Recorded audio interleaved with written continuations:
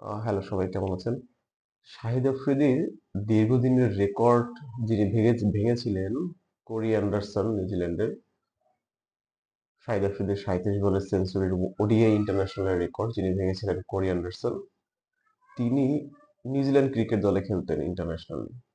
তো উনি রিসেন্টলি এখন যুক্তরাষ্ট্র ক্রিকেট দলে খেলছেন, অর্থাৎ ইউনাইটেড স্টেটসে খেলছেন। এবং এই কথাটা কেন বললাম?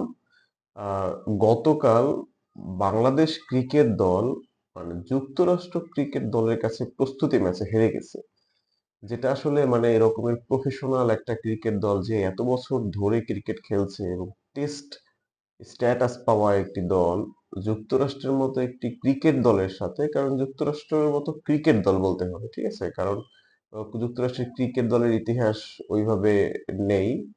এর কারণ হলো তারা সেখানে 5 উইকেটে হেরে গেছে প্রস্তুতি ম্যাচে, যেখানে বাংলাদেশের সব প্লেয়াররাই খেলছে।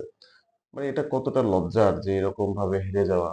আপনি যদি যুক্তরাষ্ট্রের ক্রিকেট দলটা দেখেন, তো সেখানে দেখবেন যে যুক্তরাষ্ট্রের ক্রিকেট দলে মাত্র 2 জন প্লেয়ার আছে যারা যুক্তরাষ্ট্রে জন্মগ্রহণ করছে, অর্থাৎ যাদেরকে যুক্তরাষ্ট্রের বা আমেরিকান বলা যায়, ঠিক আছে। নিউ ইয়র্কে একজন আর টেক্সাস ফ্লোরিডাতে একজন, এই 2 জন শুধুমাত্র যুক্তরাষ্ট্রে জন্মগ্রহণ করছে, এই 2 জন যুক্তরাষ্ট্রের প্লেয়ার আছে। আর ম্যাক্সিমাম আর একজন আছে সাউথ আফ্রিকান, সাউথ আফ্রিকাতে এর আগে খেলেছে আন্ডার 19-এ। আর বাকি সবাই হলো আম, পাকিস্তানি এবং ইন্ডিয়ান।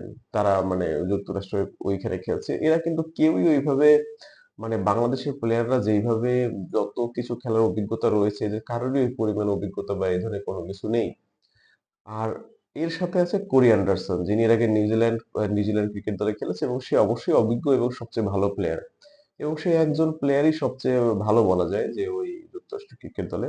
আর সেই যুক্তরাষ্ট্র ক্রিকেট দলের সাথে বাংলাদেশ হেরে গেছে প্রস্তুতি ম্যাচে, যেখানে বাংলাদেশে মাহমুদুল্লাহ, সাকিব আল হাসান এর মতো অভিজ্ঞ প্লেয়ার রয়েছে, মুস্তাফিজের মতো আইপিএল খেলা প্লেয়ার আছে।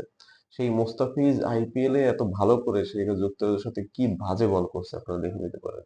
আমি জানি না আপকামিং বিশ্বকাপে চূড়ান্ত পর্বে আসলে কি হবে। ধন্যবাদ।